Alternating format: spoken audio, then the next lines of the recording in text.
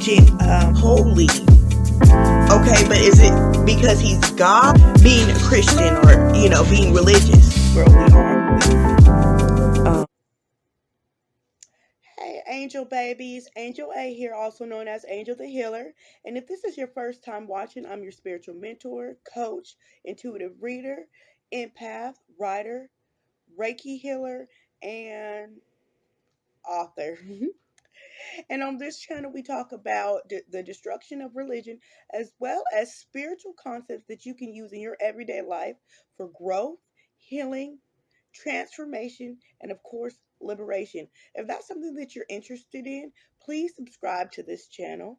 Also, hit the notification bell so that you will be notified when I drop the next video for you guys. And if at the end of this video you feel like this information resonated with you, feel free to leave a comment, drop a like, and also share with your friends and family so that they may benefit from it as well. So without further ado, let's get right into it. Okay, so today I wanted to talk about 5 biggest mistakes that I see beginner people in spirituality and their beginning journey of their spiritual path make, if that makes sense. Yeah. 5 mistakes that people starting out in their spiritual journey makes. So, the first mistake that I see people starting out in their spiritual journey, and by the way, I made these mistakes as well as and so is a lot of my friends and some of my family that's in their spiritual journey, doing their spiritual thing. Have I seen these mistakes in in their path as well? So these are very common. People make these mistakes, but my wish is that I can maybe open up some of you guys' eyes before you make some of these mistakes, or even if you're making them now, so that you can see and do something different. So mistake number 1: getting initiated into a spiritual practice right away. Okay, this was almost one of my biggest things. I was talking to a Babalao. He was, I hope I'm saying that right, Babalao. He was in Africa through Facebook, of course. Now, I'm not saying that he wasn't legit or nothing. I'm just saying, even with that, there's 2 things, okay? One of the mistakes about that, real quick, briefly, is this isn't even in my notes, but let me. Spirituality has become so widespread. Um, there's a lot of people, there's a lot of scammers out there, and scammers come in all nationalities, all places of the world, all religions, religious systems, spirituality systems, beliefs, everything. There's scammers in every type of situation. And so now that we have spirituality so big across especially in the Western world, this is a great opportunity for some of those scammers to come into play and actually, take advantage of, Americans, and especially for African Americans right now, we're trying to. There's been a big surge in people trying to go back to their roots, trying to figure out where they come from in their their African traditional systems. And the African people know that we're not familiar with the customs and culture. We were, our ancestors were uprooted out of the land, so we have no idea. So you get the ones that are not so good, that's pretty much in it for the money.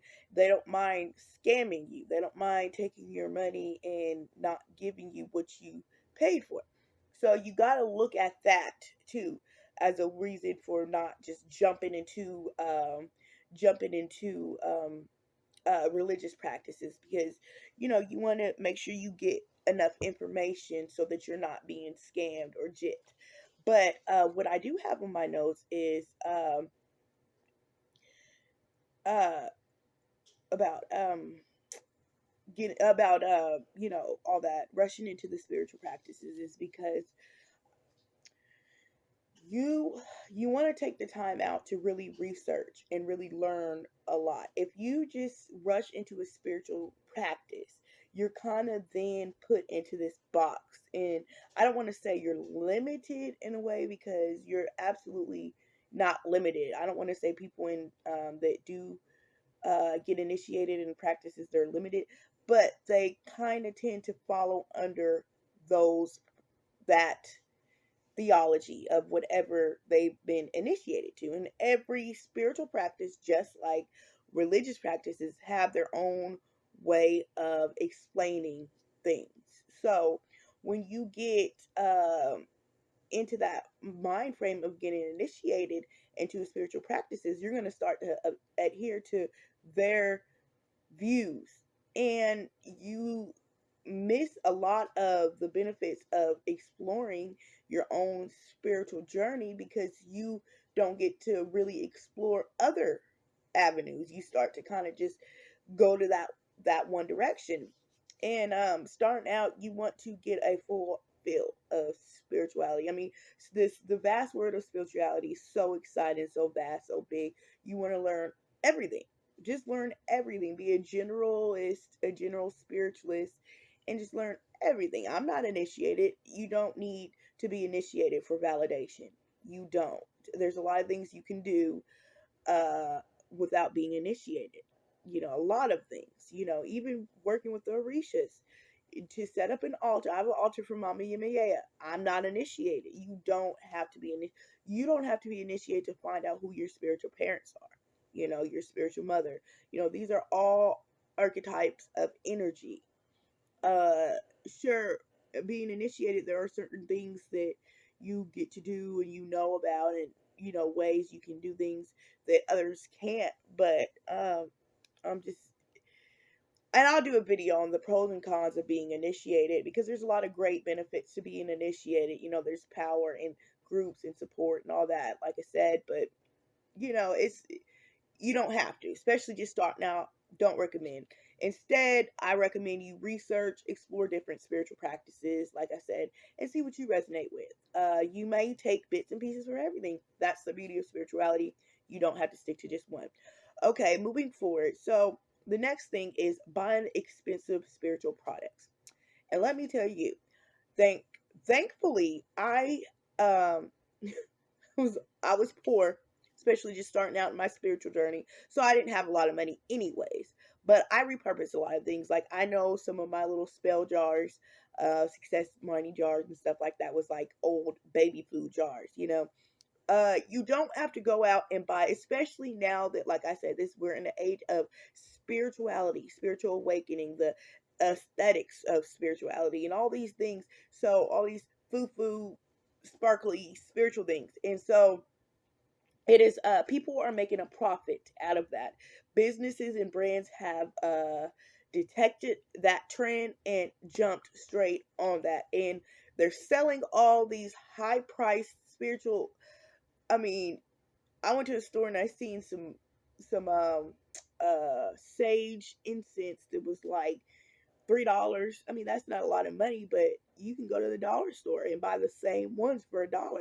It's just, you don't have to spend a whole lot of money on spiritual tools, because again, it's not about the tools, it's about the intent.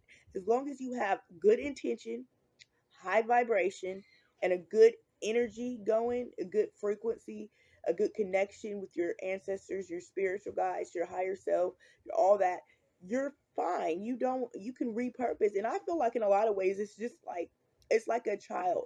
You know, if you have a child, if you ever had a child or a niece or nephew or something, you realize that it was a lot better, you know, for them to make you something, as opposed of uh my daughter knocking on the door. Okay, so yeah, you do not have to go buy expensive things, because at the end of the day, you can makeshift a lot of your spiritual tools. And if you're doing a spell that involves certain things that you don't have, you can always, that's the beauty of spirituality, you can mix and match, you can take things out. Just go with your intuition. Go with, everything is not, it's not a one size fits all. Okay, this ain't religion. Everything is very altered to your preference, your specific energy, your specific thing. And you can make shift a lot of your spiritual tools. You do not have to go out and buy no expensive products. So use whatever you have. Okay. The third thing, I think this is one of the biggest and most important things, is bypassing the healing stage. Okay. Bypassing the healing stage. You don't want to do that. A lot of people want to go straight into their spiritual gifts, playing with tarot cards, becoming psychics, dealing with spirits, doing medium, shaman, just doing all kinds of. They want to start investigating their spiritual. They want to be a high priestess. They just want to do so much, and there's nothing wrong. Get excited about spirituality, but you do not want to bypass your healing, and it's not fun. The healing stage would be the first stage. It comes, you go through the awakening, which is very fun. It's when you first awaken to your spiritual self, and then it's kind of like, then you stop. When people awaken, they get all these they get these angel numbers, they feel this presence, they get these synchronicities, these coincidences, and all this stuff. And then all of a sudden it stops, and then everything starts going wrong and haywire. That's your healing process. You need that. That's your growth right there. And it's not fun, but it's necessary. And you have to sit with yourself, and you have to figure out what your triggers is, because the universe is going to bring it out of you. That's what the universe is doing. Once you go through the awakening stage, and then everything starts just going crazy and haywire, and it's just really what you're doing is your energy is getting all that excess crap out of you. So you got to go through that process. It's not good to delay the healing process, because it's going to come out in your work. You don't want to start exercising spiritual gifts and connecting with deities and all this stuff if you still got deeply rooted trauma. In fact, that's very dangerous, and I'm going to make a video about that. But that's where you start to attach negative and low vibrational entities and energies to yourself, and you don't want to do that. Trickster spirits and stuff like that. Then all of a sudden you think you're demonically possessed. I actually made a video about that, the truth about demonic entities, or whatever the video is called. But yeah, that's when you think you're demonically possessed and all this stuff, because you're attracting the stuff that's still in you. See, you can't fool the universe. Even though you may act like a certain thing, the universe knows what's inside your heart. So you got to really get all that stuff out. So healing, do not skip the healing process. Do your shadow work. Do your work. Do your healing work. Okay? So, okay, so the next one was kind of like the one I did before the last one, and it is, don't be paying these spiritual mentors a whole lot of money.